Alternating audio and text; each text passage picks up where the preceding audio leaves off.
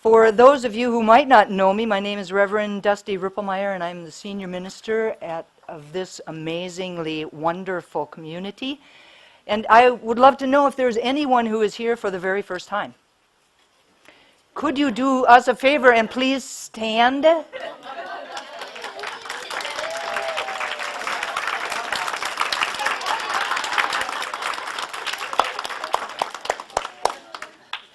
All right. Thank you very much for being here. We very much appreciate it. Our reading for today is The Gift of Change by Marianne Williamson. A friend once told me that I'm a sufferer. I didn't know what it meant, and at the same time I knew exactly what it meant. Things could be so good, and then I would find something really stupid to get upset about. I was simply in the emotional habit of focusing on the negative. I had yet to learn that to a very large extent, we are all responsible for our own happiness. According to the Course in Miracles, happiness is a decision we must make.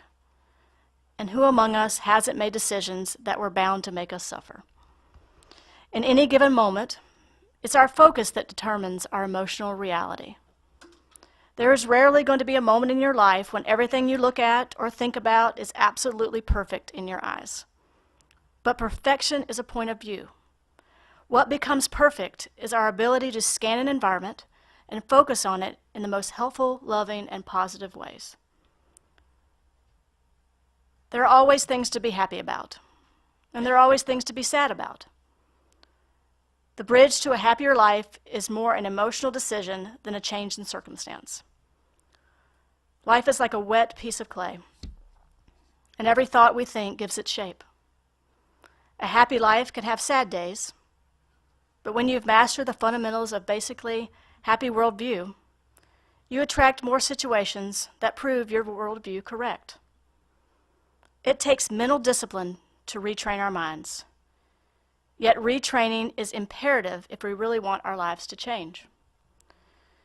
With every inspirational reading, time taken to meditate, or acts of forgiveness, charity, or love, we are shrinking the influence of fear in our lives. We can't change other people's thinkings, but in fact we don't need to, because all minds are joined. All we have to do is change our own thinking, and as we do, the world will change with us. First service, that there's a kind of a way that you can hold it all at the same time by saying that you are having the experience of something. I'm having the experience of back pain, and then you can kind of hold and know that those kinds of experiences come and go, that there's a beginning and an end to that. So I'm having the experience of back pain, and I know that back of that is a blueprint of perfection, that is a blueprint of wholeness, that is the truth of who I am. And if you're talking to somebody in this room, they'll know exactly what you're talking about. And if you're talking to somebody outside of this room, they'll probably stop asking you how you are. And that's okay. That's okay. So today we continue our deeper dive into our conversation around the January theme of the month, A World That Works for Everyone. And for those of you that have just arrived, my talk title today is Suffer No More. Now, my guess would be that most everyone sitting here this morning would agree that a world that works for everyone would be a world in which there was no more suffering. But what I want you to begin to understand today is that living in a world in which there is no suffering does not mean that we will not experience loss or illness or death or any of the other things that we all have suffered with a time or two, but that we can still have a world without suffering. Now, I'm going to explain about that a little bit. Now, Dr. Chris Michaels says in his book called The Power of You, everything that happens to us in life serves a purpose. That purpose is to awaken you to your power as a spiritual being and call your life into nobler action. Although it may be hard to imagine how cancer or the loss of someone you love can be for you, nonetheless, those events do force us to go down a different path than we would otherwise have taken. And it is on that particular path where our greater good lies in wait for us.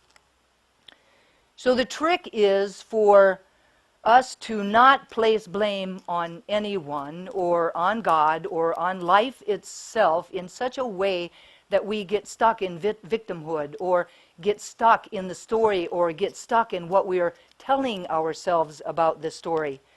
The experiences of your life are not meant to permanently damage or wound you. Their purpose is to guide and mold you into the person that you were created to be, your higher self. The experiences of your lives, whether you label them good or bad, were designed with your spiritual growth in mind. So they are important parts of your awakening. There is a saying that says, pain is inevitable, suffering is optional. In our lives as human beings on the planet, there are things that we experience that are painful. Illness, loss, and death are all a part of the human condition. They are all a part of our lives. They are all a part of our stories. We experience sadness and grief and confusion and frustration and maybe even anger. But these are all normal emotions that we all feel at some time or another.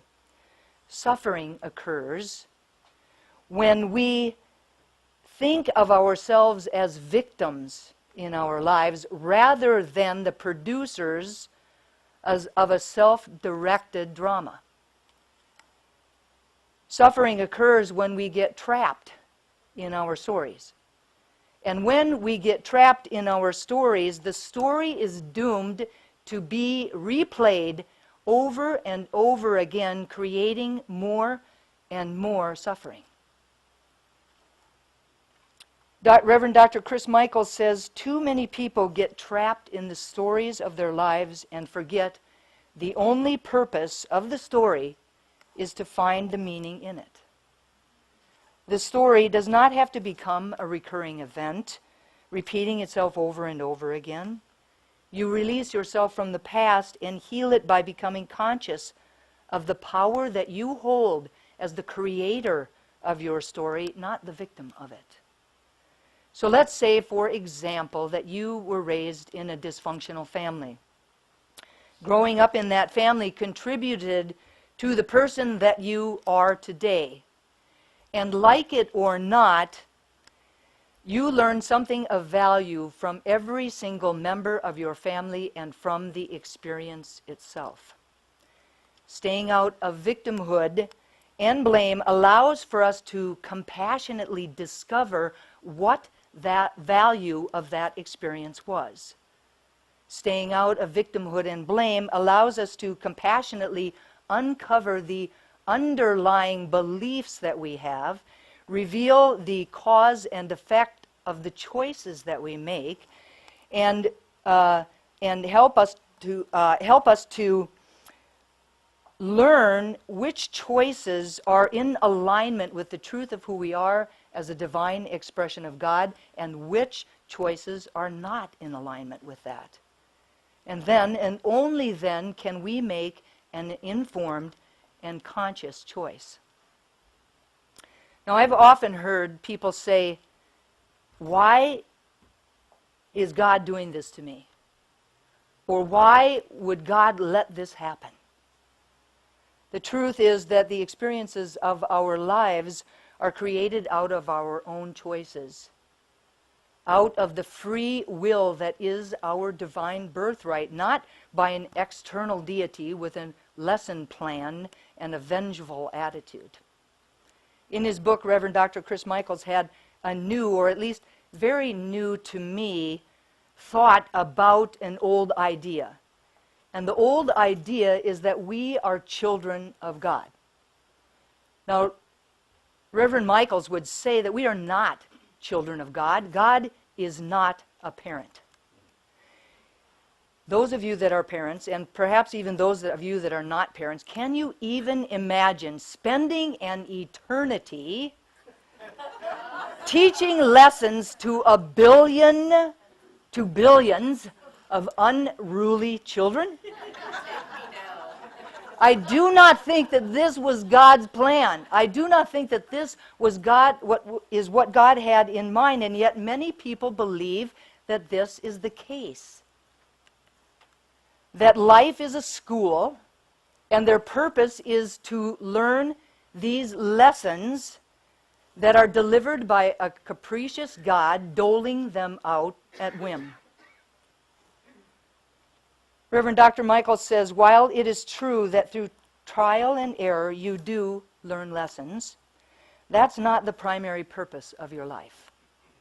Learning is an effect of self-discovery. Simply by being alive and making choices every day, you learn which ones bring you into alignment with this nature of spirit, which is peace, love, and joy, and which ones take you in the opposite direction. We are not children of God. We are divine expressions of God. Unique, individualized expressions. Each of us exists because God wanted to express through our own unique consciousness. Each of us exists because God wanted to see and experience life through our own unique perspective. Does that make sense? Yes. When we live from this truth, life can be a journey of self-discovery rather than a hardship to be endured. When we live from this truth, life can be a life that is filled with peace and joy, creativity, abundance, wisdom, and grace, rather than a life that is filled with suffering. Paul Ferrini says, every lesson that comes to me seeks to awaken, not to punish me. As long as I think God or the universe is trying to punish me, I will be unable to accept my lesson and learn from it. In truth, each lesson seeks to lift me up. So my invitation today is to allow yourself to view your life from a place that says, thank you for giving me that experience. Because without those experiences, you would not be where you are today. Another old belief around this idea of suffering that needs to be shifted is that lurking in the minds of many people is the idea that it is somehow more spiritual to suffer. People have been suffering in the name of religion and in the name of their cultures for thousands and thousands of years, wearing their wounds and their suffering like badges of honor. Ernest Holmes says, God never intended man to suffer. Suffering may be salutary in that it leads us to a place where we learn that it is unnecessary. We shall cease to suffer as we more and more comply with the laws of the universe. All suffering is the result of some infringement of those laws. So according to our teaching, suffering results from our refusal to be in alignment with or to comply with the laws of the universe. Now these laws bring into our life, right? Most of us here, if you've had foundations, are aware that these laws bring into our lives, whether consciously or unconsciously, everything that we think about. So this means that we can change the way we think or change what we're thinking about and thereby change the experience of our lives. The universe, every single moment grants us a brand new start, a clean slate. As Mary Mann Morency would say, a brand new baby day, each and every single day. If we start thinking a new thought, right here and right now, we will begin to have a new experience. Now, this new experience might not show up in the world of form immediately. However, what will happen is that you will feel an energetic shift within you. And over time, that energetic shift will begin to call unto itself an exact replica in form of that new thought, of that new feeling, of that new belief. These laws also require that form, the people, places, things, situations, experiences, and conditions of our lives are always changing. You heard Cindy sing about that in the song. Those things are always changing. And it would really behoove us, I love that word, behoove us in our quest to let go of suffering, that we remember that those things in form are always changing. If you don't like the weather, just wait a minute.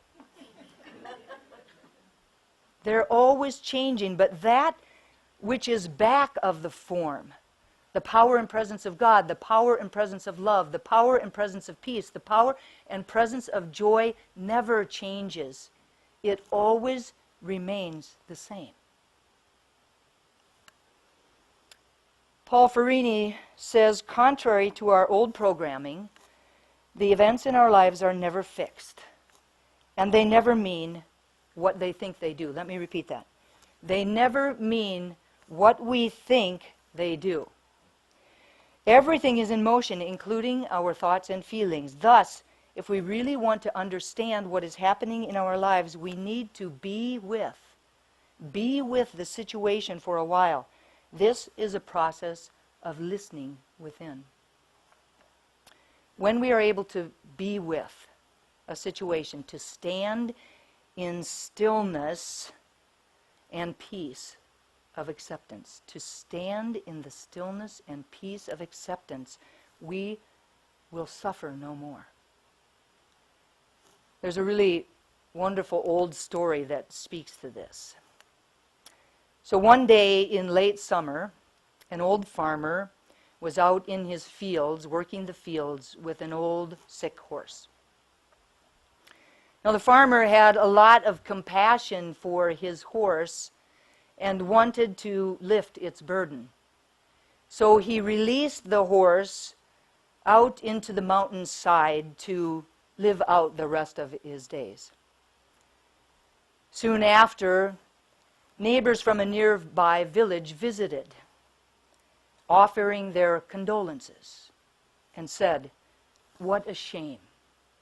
Now your only horse is gone. How unfortunate you are. You must be very sad. How will you live, work the land, and prosper?" And the farmer said, "Who knows? We shall see." 2 days later, the old horse came back rejuvenated. Rejuvenated after meandering through the mountainside, eating all of the fresh wild grasses.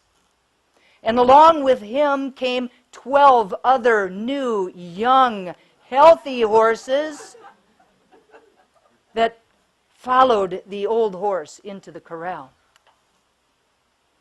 Word got out into the village of the farmer's good fortune, and it wasn't long before people stopped by to congratulate the farmer on his good luck. "How fortunate you are," they explained. "You must be very happy." Again, the farmer said, "Who knows? We shall see." At daybreak on the next morning, the farmer's only son set off to attempt to train these new horses. But alas, he was bucked off of one of the horses, fell to the ground, and broke his leg. One by one, villagers arrived during the day to bemoan the farmer's latest misfortune. Oh, what a tragedy. Your son won't be able to help you on the farm with a broken leg. You'll have to do all the work yourself. How will you survive? You must be very sad. Calmly going about his usual business, the farmer answered, "Who knows? We'll see." Several days later, a war broke out. Does some of this feel like your life? Just checking. I have some friends like that too. Several days later, a war broke out, and the emperor's men arrived in the village demanding that all of the young men in the village come with them to be conscripted into the emperor's army. As it happened, the farmer's son was deemed unfit because he had a broken leg. "What very good fortune you have!" the villagers exclaimed as their own sons were marched away. "You must be very happy." "Who knows? We'll see," replied the old farmer as he headed off to work his fields alone. As time went on, the broken leg healed, but the son was left with a slight limp. Again, the neighbors came to pay their condolences. "Oh, what bad luck, too bad for you," but the farmer only replied, "Who knows? We'll see." As it turned out, all of the other young village boys died in the war, and the old farmer and his son were the only able-bodied men left in the village to work the village lands. The old farmer became wealthy and was extremely generous with the other villagers. They said, "Oh, how fortunate you are. You must be very happy." And the old farmer replied, "Who knows? We'll see." When we are able to be with a situation, to stand in the stillness and the acceptance, to stand in the stillness and the peace of acceptance, we are able to get quiet enough to hear our own internal wisdom, to be able to recognize our old beliefs and fears, and to know that we can change our perception, and that we can also choose again. Even if we cannot in the moment change our perception, our awareness of that perception somehow allows it to soften and to dissolve. So loosen your stranglehold on this idea that acceptance is somehow simply laying down and remaining where you are in the life that you are living right now until you die. Let go of that. Let loose that idea.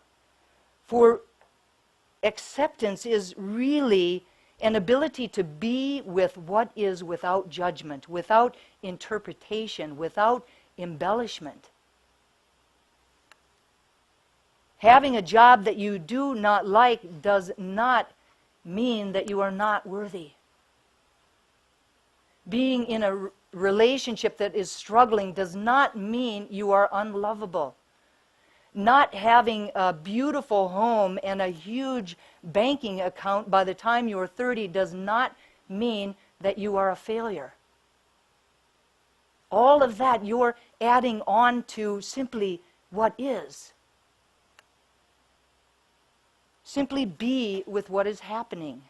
There is no supposed to be's in life, only what is.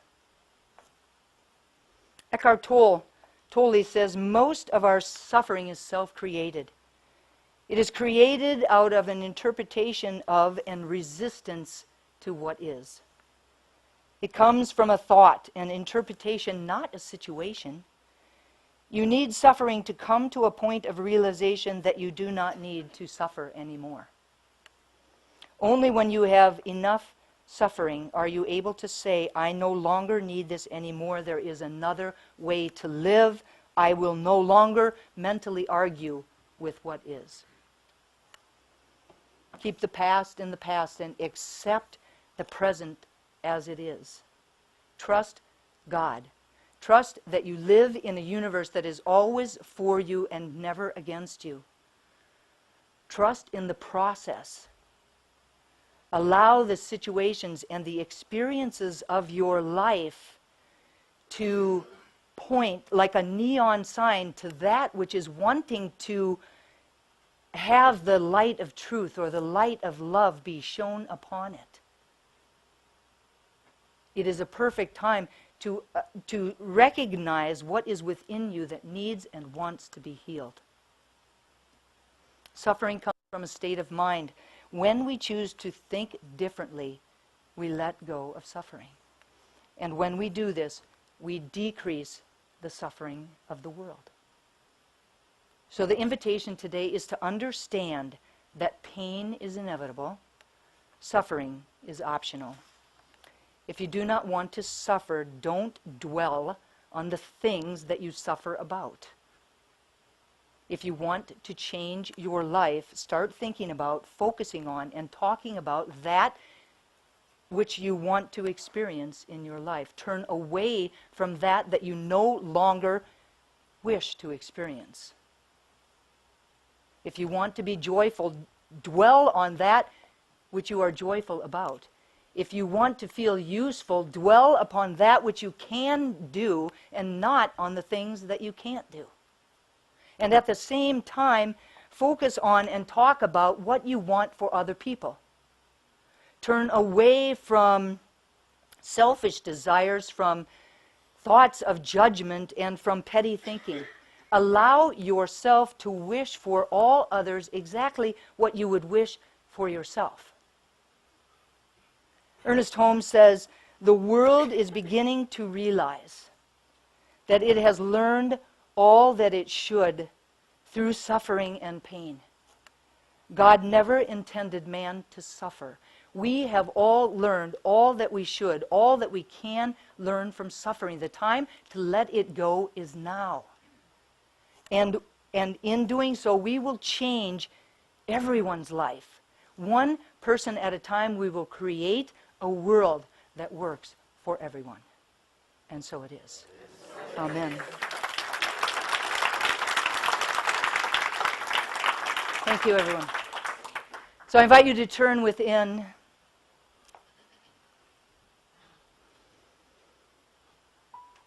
To allow yourself to become acutely aware of and actually feel, palpate this presence of God that I know beyond a shadow of a doubt is right here, right now. Within this space, within this room, within each and every heart, within each and every soul, within each and every body. This power and presence of God that is the very essence of love and peace and joy and creativity and abundance and wisdom. This power and presence of God that is everywhere at all times in its fullness, in its wholeness, not just a little bit here and a little bit here, but the allness of God everywhere at all times, forever and ever. Eternal. A loving presence. It is who I am. It is who each of us are, unique and divine expressions of the one. And it is from that place of unity, of wholeness, of oneness that I speak these words about and for each of us today. Truly knowing beyond a shadow of a doubt that there is a way that we can live in our lives in which there is no suffering. That we can recognize that each and every situation, each and every relationship, each and every experience is an opportunity for us to grow into our highest and best self. That it is an opportunity to look compassionately for that belief that is back of it, and to know that that belief can be changed. And when it is changed, there is a different cause and effect and a different manifestation, a different life, a different experience, a different relationship. This is the way that the laws of the universe work. Each time, every time, for everybody, all the same. Consciously or unconsciously, they are doing what we ask of it. So in this moment, I know for each of us, I claim for each of us, I affirm for each of us that there is an ease and grace around changing our mind, around creating a new experience of life for ourselves and for each other, around creating a world that works for everyone. And I'm so grateful to speak these words, so grateful for the truth. So grateful for the presence of God in my life and in the life of everyone in this room. So grateful for the power of prayer, knowing that these words are loosed into a law that only ever says yes. That they are clothed in form the minute they are spoken. And so I speak them with love and gratitude and full expectation of their manifestation. And I invite each of us to anchor them for ourselves and for each other by saying, and so it is. Amen.